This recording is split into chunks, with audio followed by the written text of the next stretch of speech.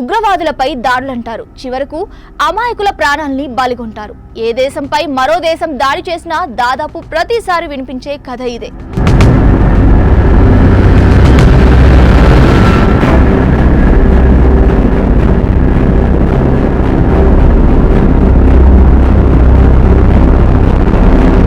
మరోసారి అదే నిజమైంది కూడా. ఆఫ్ఘనిస్తాన్లోని పక్తికా ప్రావిన్స్ లో టెహ్రిక్ ఈ తాలిబాన్ పాకిస్తాన్ టీటీపీ అనుమానిత స్థావరాలపై పాక్ వైమానిక దాడులు చేసింది. ఈ దాడుల్లో 15 మంది మరణించారు. అందులో టీటీపీ సభ్యులు ఎంతమంది ఉన్నారో స్పష్టత లేదు. కానీ చనిపోయిన వారిలో మహిళలు, పిల్లలు ఉన్నారు. అటు పాకిస్తాన్ సైన్యం మాత్రం తమ దాడుల్లో టీటీపీ శిక్షణ శిబిరం మాత్రమే ధ్వంసమైందని వాదిస్తోంది. అటు అంతర్జాతీయ మీడియా రిపోర్టులతో పాటు ఆఫ్ఘన్ ప్రభుత్వం చూపిస్తున్న లెక్కల ప్రకారం పాక్ వైమానిక దాడుల్లో 15 మంది స్పాట్లోనే చనిపోయారు. మరికొంతమంది తీవ్రంగా గాయపడి హాస్పిటల్లో ప్రాణాలతో కొట్టమిట్టాడుతున్నారు. ఇంతకీ పాక్ ఆర్మీ ఆఫ్ఘనిస్తాన్ భూభాగంలోకి ప్రవేశించి మరీ దాడులు ఎందుకు జరిపింది? ఆఫ్ఘనిస్తాన్లోని తాలిబాన్ ప్రభుత్వం నెక్స్ట్ ఏం చేయబోతుంది? ఈ మొత్తం ఎపిసోడ్కు సెంట్రిక్ గా ఉన్న పేరు టెహ్రిక్ ఈ తాలిబాన్ పాకిస్తాన్. దీన్నే టీటీపీ అని పిలుస్తారు. 2007లో పాకిస్తాన్లో ఈ గ్రూపు ఏర్పడింది. ఇది ఆఫ్ఘన్ తాలిబాన్తో సన్నిహిత సంబంధాలు కలిగి ఉంది. కానీ స్వతంత్రంగా కార్యకలాపాలు నిర్వహిస్తుంది.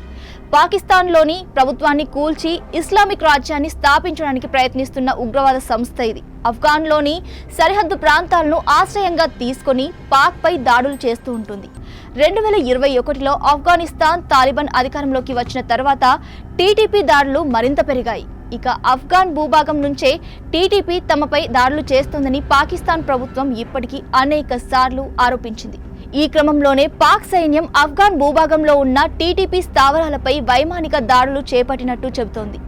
ఇక మత ఆధారిత పాలన ఉండాలన్నది టీటీపీ ప్రధాన లక్ష్యం. ప్రజాస్వామ్యం లేదా సెక్యులర్ పాలనకు పాక్లో స్థానం ఉండకూడదన్న వారి వాదన.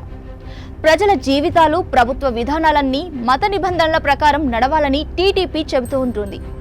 ఒక్క మాటలో చెప్పాలంటే ఇస్లామిక్ చట్టం అంటే షరియా ఆధారంగా నడిచే పాలన విధానం ఉండాలని టీటీపీ కోరుకుంటుంది. ఉదాహరణకు ప్రస్తుత ఆఫ్ఘన్ తాలిబాన్ పాలన పూర్తిగా ఇలానే ఉంటుంది. అందుకే తమ రాజ్యాన్ని ఇస్లామిక్ ఎమిరేట్గా తాలిబాన్ గతంలోనే ప్రకటించుకుంది.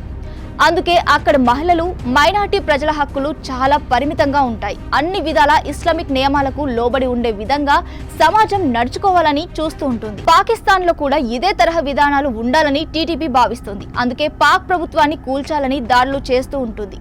మరోవైపు తాలిబాన్ ప్రభుత్వం పాక్ చర్యలను తీవ్రంగా ఖండించింది. పాకిస్తాన్ వైమానిక దాడులను తమ సార్వభౌమత్వంపై దాడిగా ఆఫ్ఘన్ భావిస్తోంది.